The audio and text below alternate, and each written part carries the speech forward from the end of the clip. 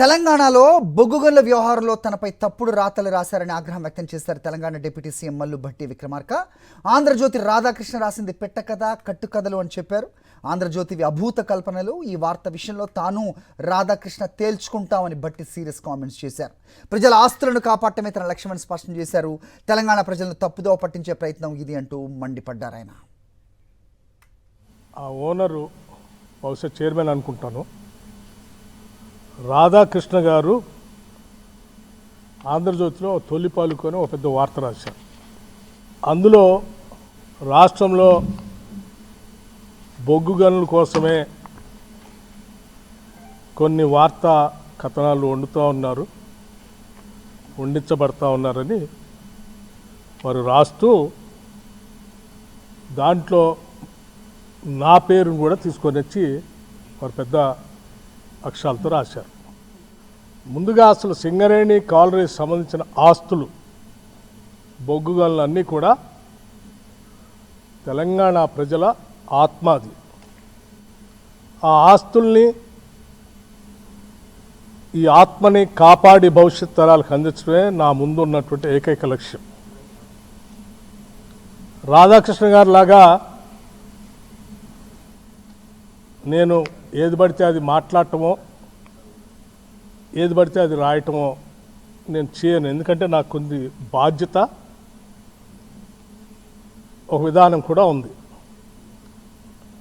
ఎందుకంటే నేను రాజకీయాల్లోకి వచ్చిందే ఒక లక్ష్యం కోసం వచ్చాను. ఆస్తులు సృష్టించుకోవటం కోసం, వ్యాపార సామ్రాజ్యాలు విస్తరించుకోవటం కోసం, లేకపోతే అధికారాన్ని హోదాగా అనుభవించడం కోసం నేను రాలేదు. నేను ఒక ప్రత్యేక లక్ష్యం కోసమే రాజకీయాల్లోకి వచ్చాను. నా లక్ష్యం ఇక్కడ ఉన్నటువంటి ఆస్తుల్ని, వనరుల్ని, వ్యవస్థల్ని అన్నిటినీ కూడా సమాజంలో ఉన్న అన్ని వర్గాలకి సమానంగా పంచడం కోసమే నేను రాజకీయాల్లోకి వచ్చాను. దారి దోపిడిగారులు లేకపోతే గద్దలు లాంటి వాళ్ళు సమాజం మీద పడి పీక తింటా ఉంటే వాళ్ళని రక్షించడం కోసం, వాళ్ళ తరఫున మాట్లాడటం కోసం రాజకీయాల్లోకి వచ్చాను. అటువంటి నాకు నా జీవితం చాలా ట్రాన్స్పరెంట్గా ఉంటుంది.